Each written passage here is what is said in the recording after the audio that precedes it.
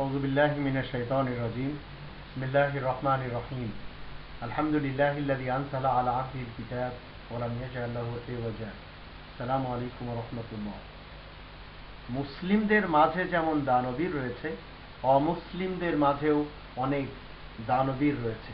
তো অমুসলিম দানবীর যারা দান সৎকার করে, যারা খয়রাত দেয়, যারা পৃথিবীতে চ্যারিটি দেয়, এই অমুসলিম দানবীরদেরকে কি পরকালে ভালো প্রতিদান দেওয়া হবে?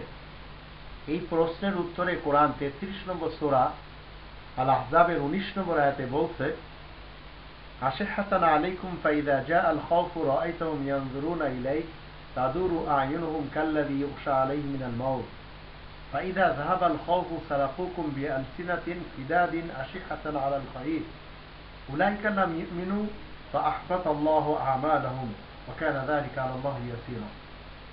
তোমাদের ব্যাপারে কৃপণতা বশত আর যখন ভীতি আসে তখন তুমি দেখবে মৃত্যুর ভয়ে মূর্ছাতুর ব্যক্তির মতো চক্ষু উল্টিয়ে তারা তোমার দিকে তাকাবে, কিন্তু যখন ভয় চলে যাবে তখন তারা ধনের লালসায় তোমাদেরকে তীক্ষ্ণ ভাষায় বিদ্ধ করবে।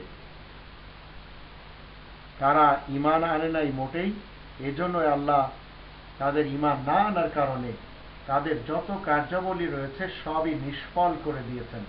আর আল্লাহ তাআলার পক্ষে এটা খুবই সহজ।